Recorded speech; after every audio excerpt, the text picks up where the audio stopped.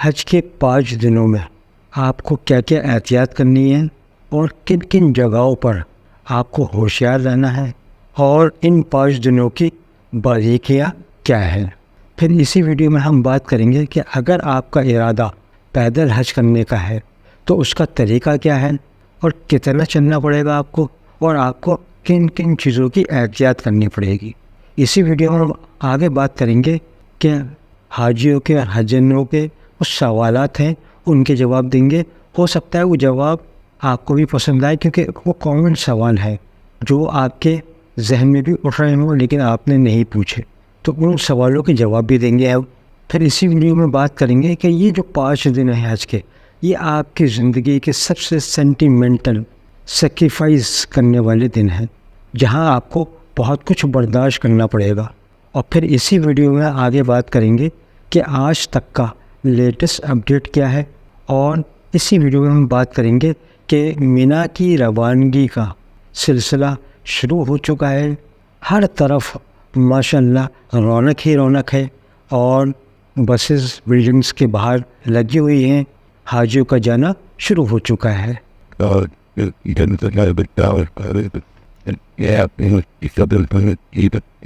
یہ step by step Hajj training part 17 ہے. تو چلیے ہم آگے بڑھتے ہیں اور سب سے پہلے بات کرتے ہیں کہ حج کے ان 5 دنوں میں آپ کو کن کن چیز کی احتیاط کرنی پڑے گی، کہاں آپ کو زیادہ صبر کرنا پڑے گا اور کن چیزوں میں ٹائم ویسٹ نہیں کرنا ہے، اور وہ کون سی چیزیں ہیں جو آپ کو کرتے رہنا ہے، کیونکہ یہ 5 دن آپ کی زندگی کی بہت اہمیت رکھتے ہیں. سب سے پہلے دیکھیے، مینا میں، عرفات میں اور مزدلفہ میں تینوں جگہ سائن بورڈ لگے ہوئے ہیں، بڑے بڑے بورڈ لگے ہوئے ہیں کہ جیسے سپوز مینا اسٹارٹ ہیئر اور مینا اینڈس ہیئر، یعنی مینا یہاں سے اسٹارٹ ہوا ہے اور یہاں ختم ہوا ہے. تو آپ کو ان حدود کے اندر رہنا ہے. ایسا نہ کریں کہ ٹہلتے ہوئے آپ ان حدود کے باہر چلے جائیں، لاؤ مینا اس کے آگے دیکھ کر آئے.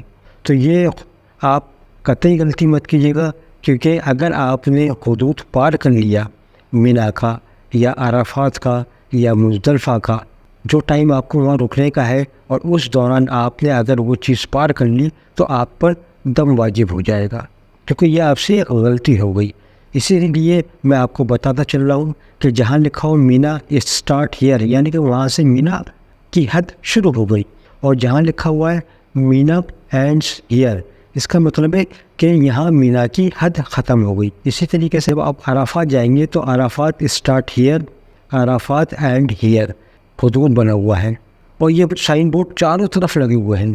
اسی طریقے سے Muzdalifah start here, Muzdalifah end here. تو آپ کو حدود سے باہر نہیں نکلنا ہے.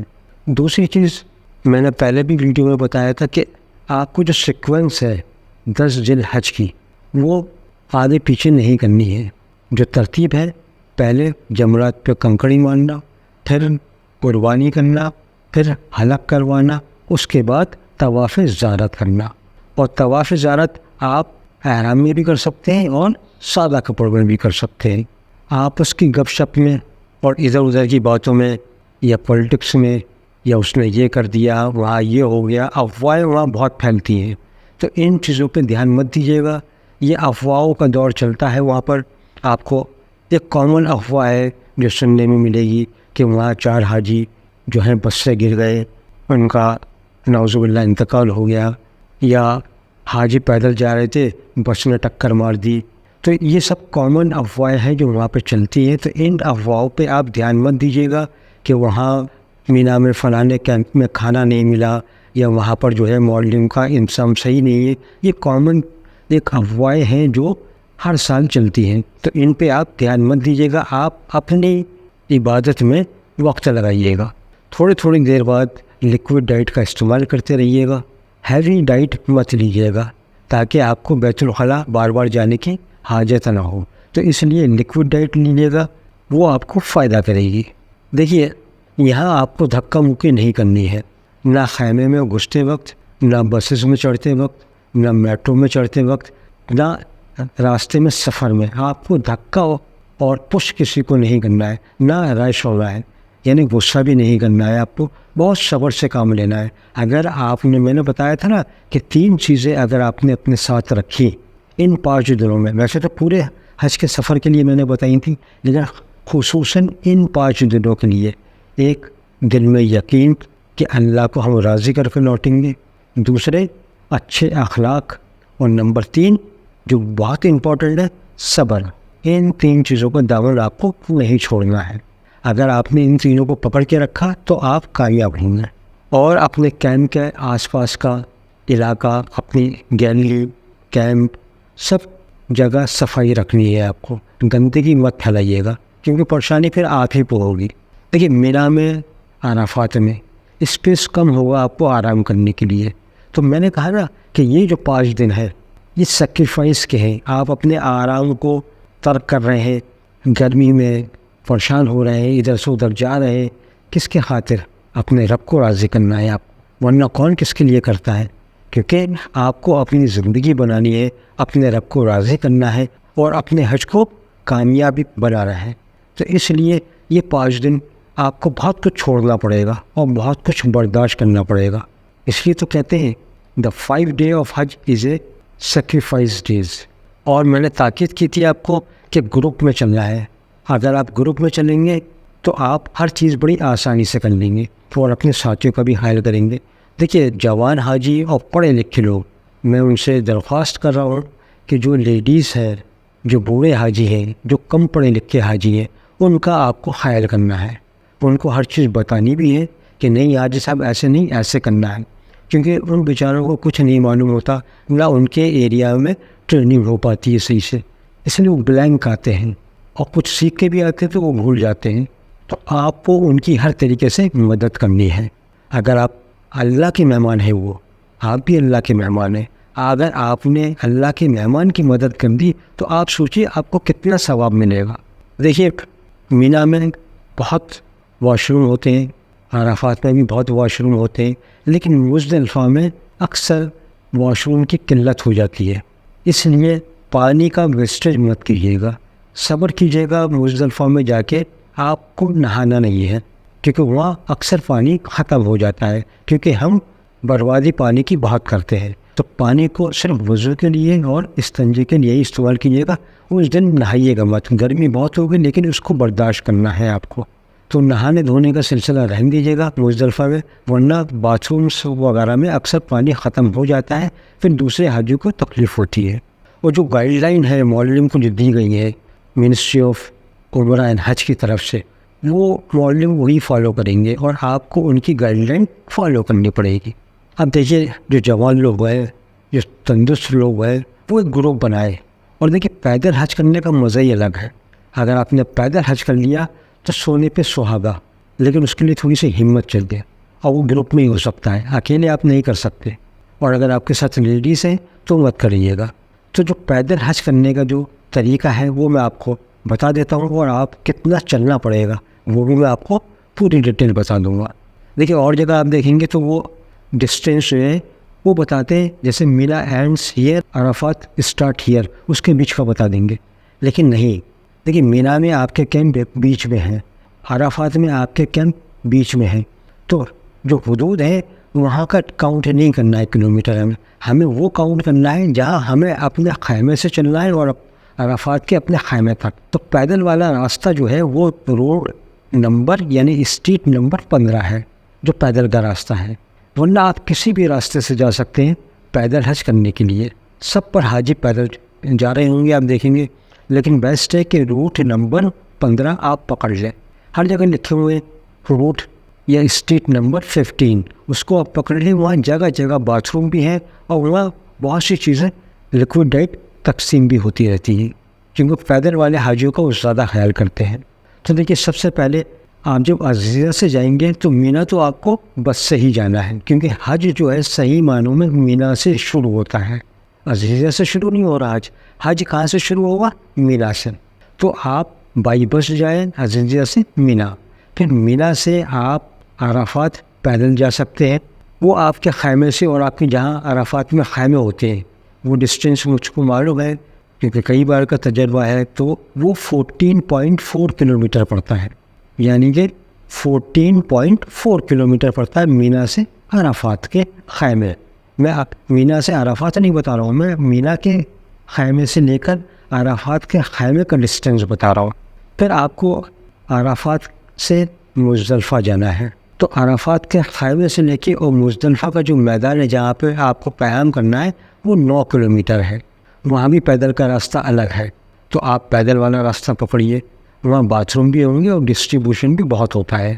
یہ ہو گیا 9 ذی الحج، کیونکہ 9 ذی الحج کو ہی آپ فجر کے بعد مینا سے عرفات جائیں گے اور پھر 9 ذی الحج کو آپ عرفات سے مزدلفہ آئیں گے. اب مزدلفہ سے آپ کو جب نکلیں گے تو وہ ہوگا 10 ذی الحج. اب آپ کے 2 طریقے ہیں، وہ میں نے بتایا کہ اگر آپ مزدلفہ سے پہلے مینا جائیں گے تو پڑتا ہے 2 کلومیٹر. پھر اپنے مینا کیمپ سے آپ جائیں گے جمرات تو وہ پڑا 2.5 کلومیٹر. اور پھر جمرات سے آپ واپس آئیں گے وہ 2.5 کلومیٹر. لیکن یو ٹرن میں 1 کلومیٹر اور 4 2.5 اور 2.5 5 اور 1 6 کلومیٹر ہو گیا. یعنی کہ مزدلفہ سے جمرات جانا اور مینا واپس آنا یہ ہو گیا 8 کلومیٹر.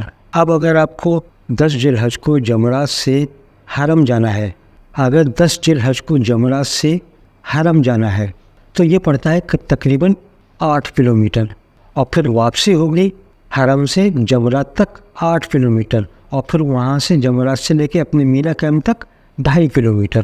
تو یہ ہو گیا یعنی کہ حرم سے مینا تک جو واپسی کا راستہ ہے وہ 10.5 کلومیٹر ہو گیا. میں بہت اچھے سے سمجھا رہا ہوں اور مجھے لگ رہا ہے کہ آپ کے سمجھ میں آ رہا ہوگا. میں ایک ایک چیز کلیئر کرتا چل رہا ہوں آپ کو.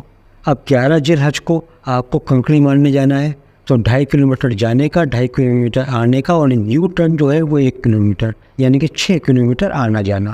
اسی طریقے سے 12 ذی الحج کو آپ جمرات پر جائیں گے اور پھر اگر جمرات سے آپ کو سیدھے مینا جانا ہے تو 2.5 کلومیٹر جانا، پھر نیو ٹرن 1 کلومیٹر 3.5 کلومیٹر، پھر 1 کلومیٹر کی ٹنل ہے جو عزیزیہ میں جا کے نکلتی ہے تو 4.5 کلومیٹر. اور پھر اس ٹنل سے 2 کلومیٹر بھی ہو سکتا ہے آپ کی بلڈنگ اور 3 کلومیٹر بھی ہو سکتی ہے. تو آپ یہ مان کے چلیے میکسیمم 9 کلومیٹر آپ کو یہ چلنا پڑے گا. اور اگر آپ 12 ذی الحج کو جمرات پر جاتے ہیں پھر مینا واپس آتے ہیں تو 2.5 اور 2.5 5 اور 1 کلومیٹر یو ٹرن 6 کلومیٹر ہو گیا. اب آپ کو مینا سے عزیزیہ جانا ہے تو دیکھیے 2.5 کلومیٹر پھر آپ کو مسجد کیف تک جانا پڑے گا. پھر وہاں سے ٹنل 1 کلومیٹر، پھر وہاں سے 2 کلومیٹر بھی ہو سکتی ہے آپ کی بلڈنگ اور 3 کلومیٹر بھی ہو سکتی ہے. تو 3.5 اور 3 6.5 کلومیٹر. تو یہ وہ سفر ہے جو آپ کو پیدل طے کرنا ہے 9 ذی الحج سے لے کر 12 ذی الحج تک.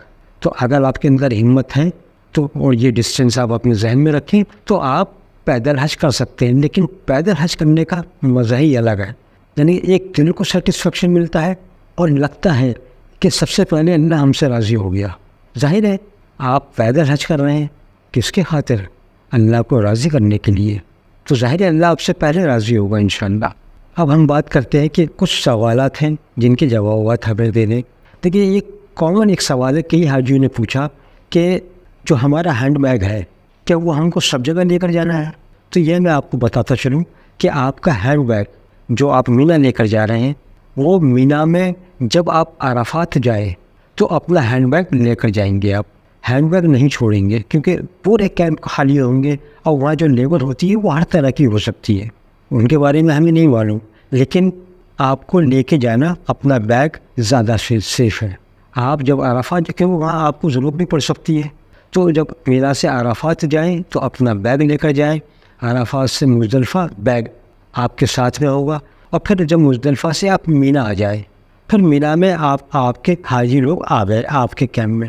اب آپ کو جمرات پہ دیکھیے میں نے بتایا تھا 10 ذی الحج کو اور 11 ذی الحج کو کوئی بھی ہینڈ بیگ الاؤ نہیں ہوگا. حرم میں طواف زیارت کے لیے ہینڈ بیگ الاؤ نہیں ہے. اس لیے آپ اپنا ہینڈ بیگ اپنے دوسرے حاجیوں کے پاس چھوڑ کر جائیں، ان سے کہہ کے جائیں یہ ہمارا بیگ رکھا ہے. اور پھر جب حاجی ہوں گے تو پھر کوئی چوری نہیں ہوتی ہے، کیونکہ اگر 2 حاجی بھی ہیں پورے کیمپ میں تو پھر سامان چوری نہیں ہوگا. اس لیے میں ایک بار پھر کلیئر کر دوں کہ 10 ذی الحج اور 11 ذی الحج کو جمرات پہ بیگ الاؤ نہیں ہے، طواف زیارت کے لیے بیگ الاؤ نہیں ہے تو آپ اپنے مینا میں رکھ کے جائیں. 12 ذی الحج کو بیگ الاؤ ہوتے ہیں کیونکہ سب کو معلوم ہوتا ہے کہ یہاں سے لوگ کنکڑی مار کے اب اپنے اپنے رہائش گاہوں پر جائیں گے، اس لیے بالغ الحج کو بیگ الاؤ کر دیتے ہیں، لیکن ویل چیئر ہر جگہ الاؤ ہے۔ اس لیے جو ویل چیئر سے سفر کریں گے ان کے لیے میں نے پچھلی ویڈیو میں بھی بتایا تھا کہ کیا احتیاط کرنی ہے، اور ویل چیئر وہ سب جگہ لے کے جا سکتے ہیں۔ اور دوسرے سوال تھے، جو وہ سوال تھے جن لوگوں نے میری ویڈیوز حج پہلا دن، حج دوسرا دن، حج تیسرا دن، حج چوتھا دن، حج کا پانچواں دن، یہ جو ویڈیوز ہے یہ سنبھال کے نہیں دیکھے، غور سے نہیں سنے، کیونکہ جو سوال پوچھے ہیں آپ نے ان کے جوابات آلریڈی میں نے ان ویڈیو میں دے دیے ہیں۔ تو آپ ان ویڈیو کو ایک بار پھر ریپیٹ کر کے دیکھیے، first day of Hajj, second day of Hajj, third day of Hajj, fourth day of Hajj, fifth day of Hajj, یہ سب دیکھیے تو ایک ایک چیز آپ کی کلیئر ہو جائے گی۔ اب ہم آپ کو آج تک کا لیٹسٹ اپڈیٹ دے دیتے ہیں۔ دیکھیے اب فلائٹ کا سلسلہ بند ہو چکا ہے، کیونکہ 11 جون لاسٹ ڈے تھا فلائٹس آنے کا۔ ابھی تک ہندوستان سے جو ٹوٹل فلائٹس آئی وہ 470 تھی، اور جو حاجی حج کمیٹی کی طرف سے اس بار آئے ہیں ان کی تعداد ہے 1,39,964، یعنی کہ 26 حاجی کم جو کوٹا تھا اس سے۔ 25 حجاج کرام اس دنیا سے رخصت کہہ گئے ہیں، اللہ ان کی مغفرت فرمائے اور جنت میں اعلیٰ سے اعلیٰ مقام عطا فرمائے، آمین ثم آمین۔ آپ بھی کمنٹ باکس میں آمین ضرور لکھ دیے گا تاکہ آپ بھی دعاؤں میں شامل ہو جائیں۔